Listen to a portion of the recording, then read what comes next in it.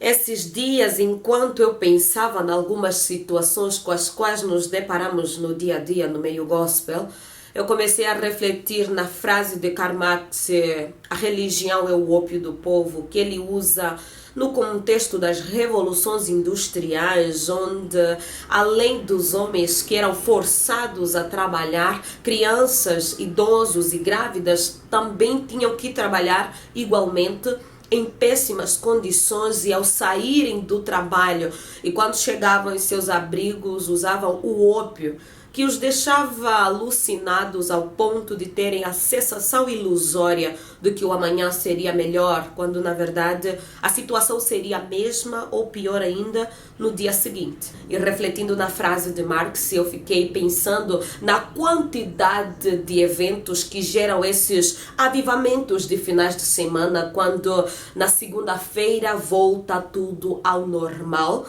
já que muitas vezes não existe mudança de vida. No final de semana, naquele evento gospel, o ladrão está ali, adorando. O corrupto está lá, pulando ao som da bateria. O adúltero está ali, chorando, possuído pela culpa. O hipócrita está lá observando para achar os seus próximos motivos de murmuração e por aí vai. Enquanto isso, o culto vai rolando, uma bênção.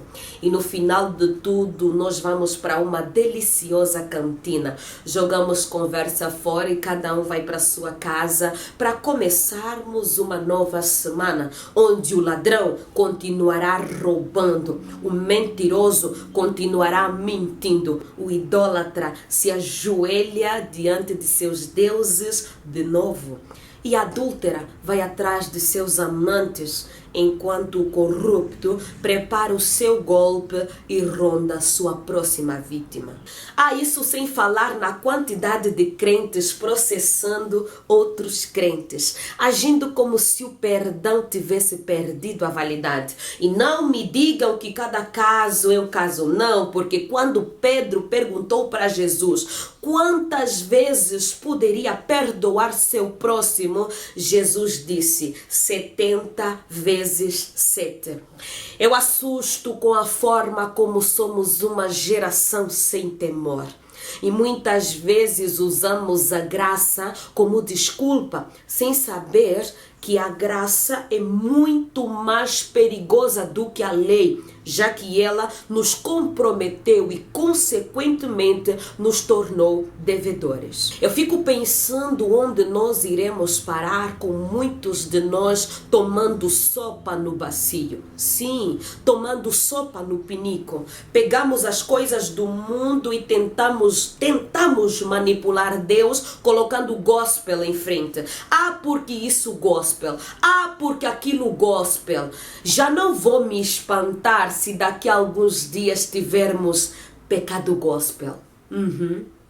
Na verdade, eu tenho muito medo dessa coisa chamada evolução, tecnologia e desenvolvimento, que nos torna cada vez mais desumanos. Todo mundo se preocupando em parecer super espiritual, quando na verdade tudo o que carecemos é da misericórdia de Deus. Como disse Paulo em Romanos 7:24, que homens miseráveis nós somos. Quem nos livrará do corpo desta morte? Às vezes eu imagino que se de repente estivéssemos no lugar de Simão o Cirineu, ao invés de carregar só a cruz, primeiro íamos fazer uma selfie, postar nas redes sociais com aquela cara de tontos que não entenderam nada sobre o significado real da crucificação e o poder da história da redenção. Eu olho para tudo isso e penso, para onde este mundo está indo mesmo? E aqui eu digo, se mesmo tendo à nossa disposição a oportunidade de sermos livres em Cristo Jesus, mesmo assim escolhemos a escravidão, então sim, talvez Karl Marx tinha razão ao definir religião como o ópio do povo. Se nos contentamos com avivamentos de finais de semana, entramos sujos nas igrejas e saímos lamacentos, então sim, talvez Marx tinha razão. Se mesmo mesmo tendo a oportunidade de conhecer a verdade, sermos libertos por ela, ainda escolhemos a escuridão, então sim, talvez Karl Marx tinha razão. Se mesmo ouvindo Jesus nos liberando a graça na medida certa, sairmos para os nossos prazeres e nos esquecemos que Ele disse: te amei, te perdoei, te libertei, te limpei, agora vá e não peques mais. Ainda assim, ignoramos tudo isso.